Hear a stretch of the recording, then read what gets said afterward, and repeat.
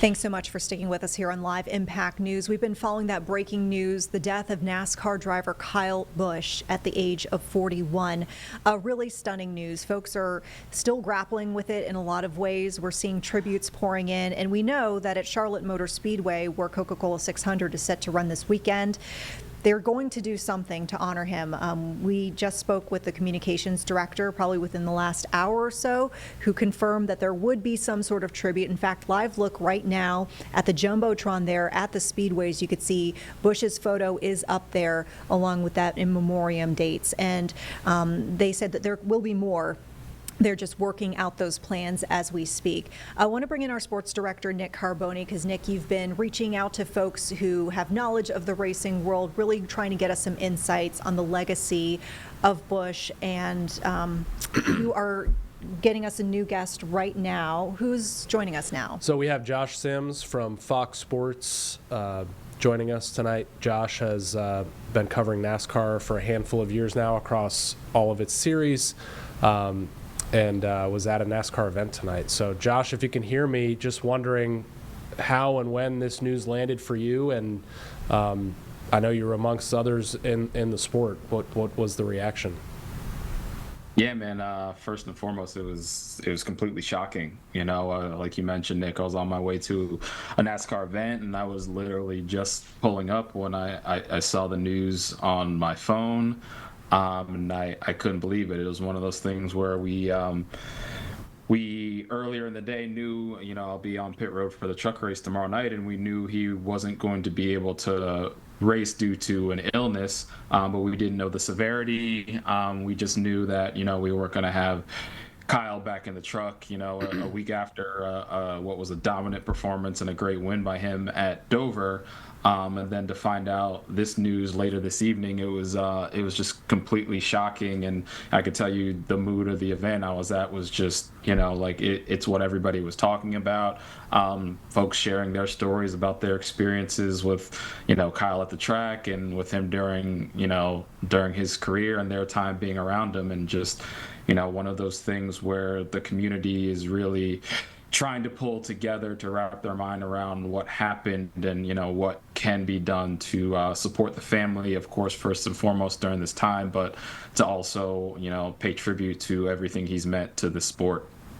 Josh, you talk about that truck race. We showed an image from inside Charlotte Motor Speedway tonight on the Jumbotron. There's a picture of Kyle Busch and his birth year and unfortunately his death year in tribute.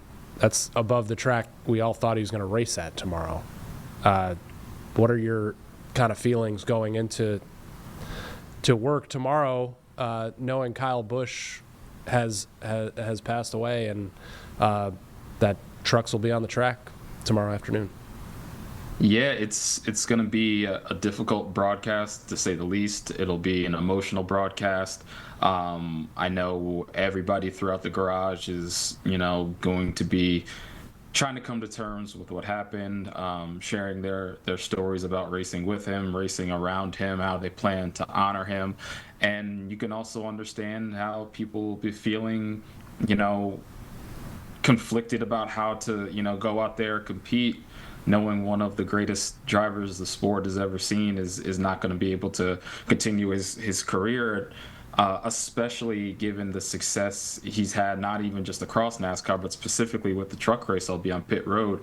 You know, he's the winningest driver in the sport's history. Like he almost is the truck series. You know, the amount of people he's brought through the ranks when he had his, you know, KBM team, and he had guys racing under his banner, and guys that are racing now at the Cup level, guys that are racing in the O'Reilly series, guys that are racing still in the truck series.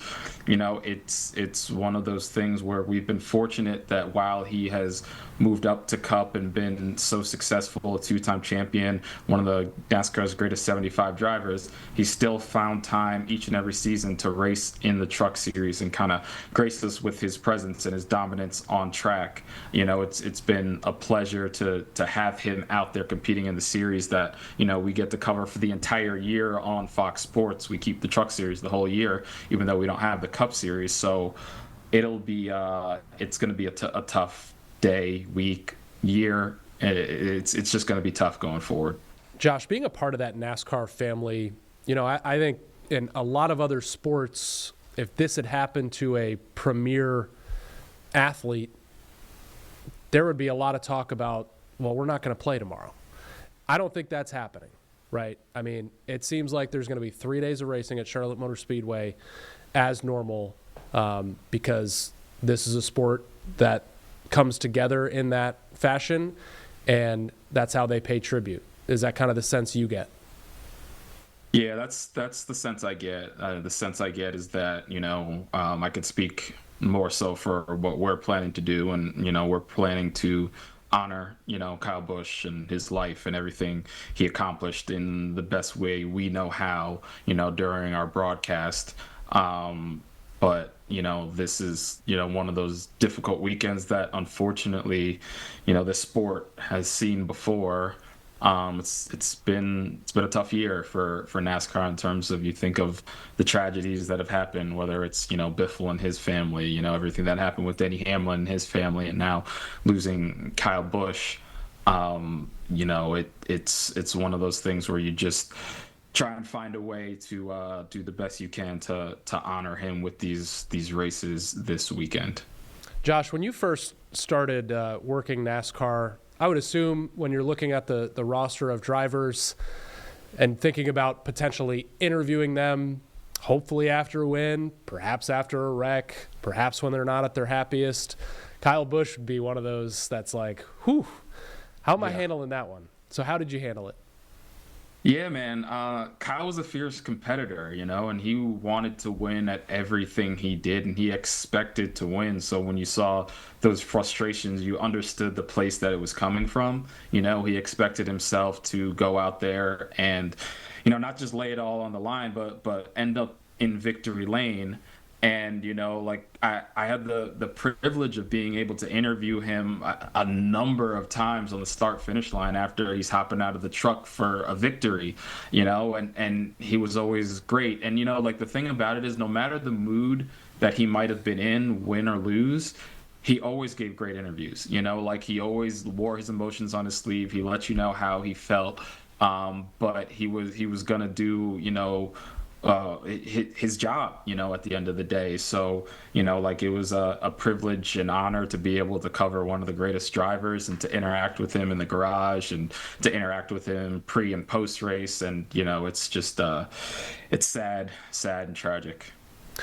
When it comes to his legacy and the effect that his death will have on the sport, immediately we jump to Dale Earnhardt because he died during his prime as a driver and on a track. I also, some folks have reached out, and I think it makes sense. Kobe Bryant, even though he was retired, what he meant to his sport and how shocking his death was, there is some parallel there, I think. Yeah, I hadn't even, thought about that. I immediately thought about, Dale Sr., and of course that's something that happened on track. So this is a little bit different. And, for Kobe, it was post his career, but, they were still, he was still a big figure around the NBA. And, for Kyle being a competitor still, and week in and week out we expect to go to the track and see him and find out how they plan to conquer that week's racetrack and try and find their way to victory lane. But this is one of these things where I'm not just hearing from people in the racing community, I'm hearing from people outside of it, folks I grew up with, whose kid's favorite driver is Kyle Busch. And, that's not just one, that's multiple are consoling their children tonight. Obviously, the families are consoling, because NASCAR is a family and everybody's consoling each other through this difficult thing. But the shock and what he meant, can't be, understated what he meant to this sport. So when you see, folks coming together throughout the community, it's because he was such a big figure in NASCAR and in sports in general. All right, last question for Josh Sims of Fox Sports. Josh, I mean, you referenced it. Kyle wasn't every other driver's favorite driver all the time. He wasn't every NASCAR fan's favorite driver all the time. But what are you seeing in this sport tonight in the wake of his untimely and tragic passing? Yeah, man, I'm obviously seeing the sadness. I'm seeing the devastation. Like I mentioned at that NASCAR event, I'm just seeing people, try and come to terms with what happened and telling their stories, telling their experiences of, being around the guy for as long as he's been in the sport and seeing his journey and, what he was able to do in terms of reaching the mountaintop of the sport. So it's a dark day. It's definitely a tough day. It's going to be a tough weekend at Charlotte Motor Speedway, a place he had so much success and obviously is the home of NASCAR. And, I'd imagine, you're going to see the tributes around everywhere. You're going to, hear people tell their stories about, working around him. And on the broadcast, we'll do our part to pay tribute to everything he meant to the sport. It'll be worth watching. Josh Sims from Fox Sports, thank you for joining us. Thanks, Nick. Yeah, so Vanessa, great perspective there from Josh about, the race is going on. There's going to be a truck race tomorrow that Kyle Busch would have been a part of. So there are clearly plans to pay tribute, no doubt. And we can't turn this around in time, but the famous tower at Indianapolis Motor Speedway has a tribute to Kyle Busch tonight. So a far-reaching death across motorsports and sports. I know that right after we delivered the news on WCNC Charlotte, NBC's nightly newscast also touched on it. This is a death that is transcending sports tonight. Indeed. So many folks are reflecting on this. As we mentioned, as we turn to this rainy shot that we have from Charlotte Motor Speedway, really matching the mood for a lot of folks tonight. We are hearing from fans, so we've been able to turn around those interviews that our Siobhan Riley has done there at the track. So we hope to have that for folks as we take a quick break here. There you see the radar. It's going to be kind of a somber evening, and in so many different ways we can see for those folks. Yeah, that definitely matches for sure. All right, we're going to be back in 2 minutes with more commentary from, once again, those fans there at Charlotte Motor Speedway tonight.